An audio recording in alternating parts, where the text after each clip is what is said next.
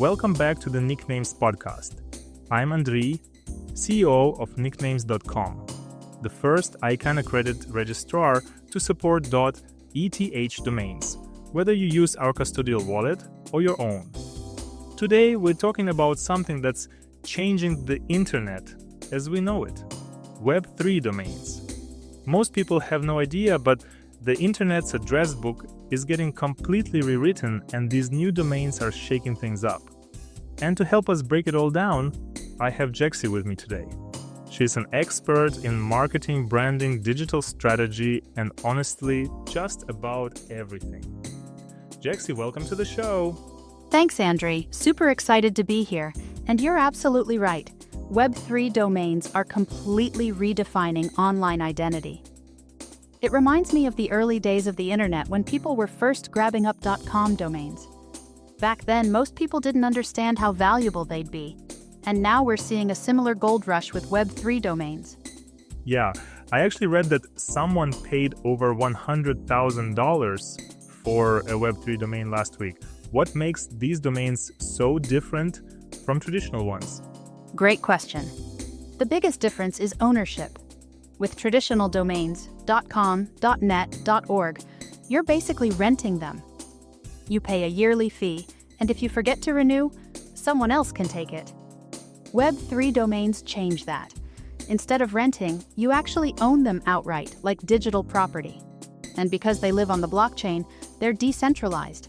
No single company or authority can take them away from you. And that's not all. First of all, no one can censor them or seize them, whether it's a government or a big corporation.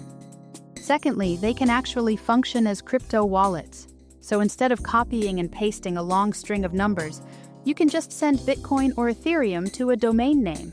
And lastly, they can act as universal usernames across Web3 platforms.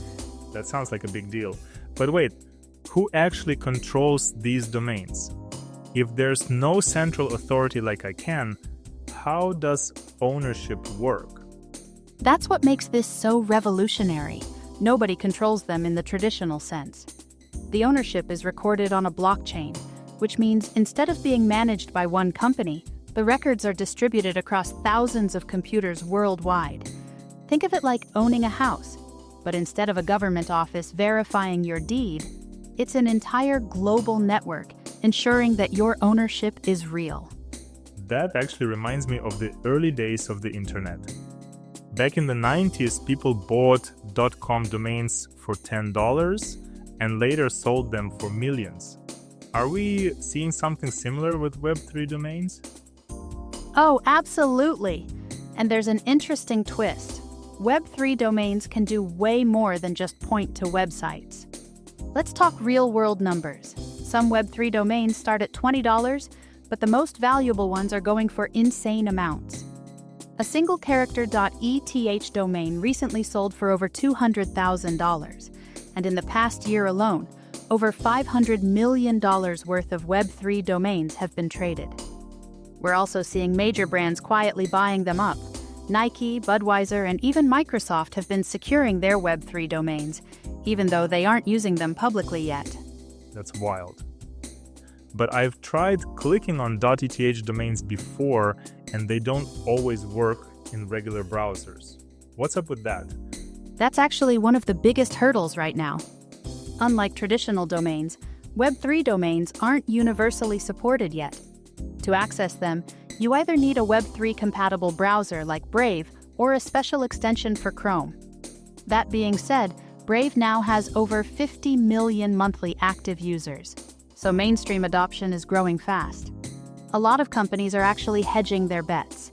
They own both traditional and Web3 domains. It's kind of like the 1990s when businesses had to list both their physical address and website on their business cards.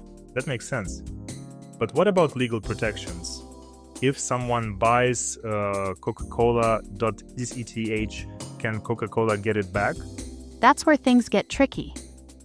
With traditional domains, ICANN has a dispute resolution system that allows trademark holders to claim domains being used in bad faith. But Web3 domains? They exist in a legal gray area. Some Web3 domain providers have their own trademark policies. but they're not as legally tested as ICANN's system. That's why big brands are just buying their names preemptively rather than fighting battles later. For businesses, that means if you want to protect your brand, securing your Web3 domain now is a smart move. That's a big concern. But let's talk about the practical side. Who should actually buy a Web3 domain? I love this question. Let's break it down into 3 types of people who could really benefit from Web3 domains. First, influencers and content creators. If you're building a brand, your Web3 domain can serve as a personal identity across different platforms. It's like a blue checkmark, but for Web3. Second, crypto investors and traders. If you're in the crypto space, having a domain that doubles as a wallet address makes transactions way easier. And lastly, startups and businesses that want to future-proof their brand. If Web3 domains continue to grow, early adopters could end up owning valuable digital real estate. Alright, so let's say I want to buy a Web3 domain. What do I need to know? First, figure out if you want a permanent domain or one that requires renewals. Some Web3 domains, like .crypto or .btc, are one-time purchases. You own them forever. Others, like .eth, work more like traditional domains. You can register them for 1 year, 10 years, or even 500 years if you want. The reason for this? If every .eth domain was permanent, new generations wouldn't be able to register them in the future. That makes sense. But what about risks? Are there any downsides? Yes, and people need to be aware of them. First, if you lose your private key, your domain is gone forever. There's no forgot password option in Web3. Secondly, no legal safety net. If someone steals your Web3 domain, there's no ICANN dispute process to recover it. And lastly, email support is still an issue. Web3 domains don't work with traditional email providers like Gmail, at least not yet. So bottom line, should people be buying Web3 domains right now? If you're serious about securing your online identity, yes. For businesses and creators, owning both traditional and Web3 domains is the best strategy. Traditional domains still rule for credibility in search engines, but Web3 domains are gaining traction fast. And the best part? You can register both at NicNames.com in one place. Jexi, this was an amazing breakdown. Thanks for making it all so easy to understand. Anytime, Andriy.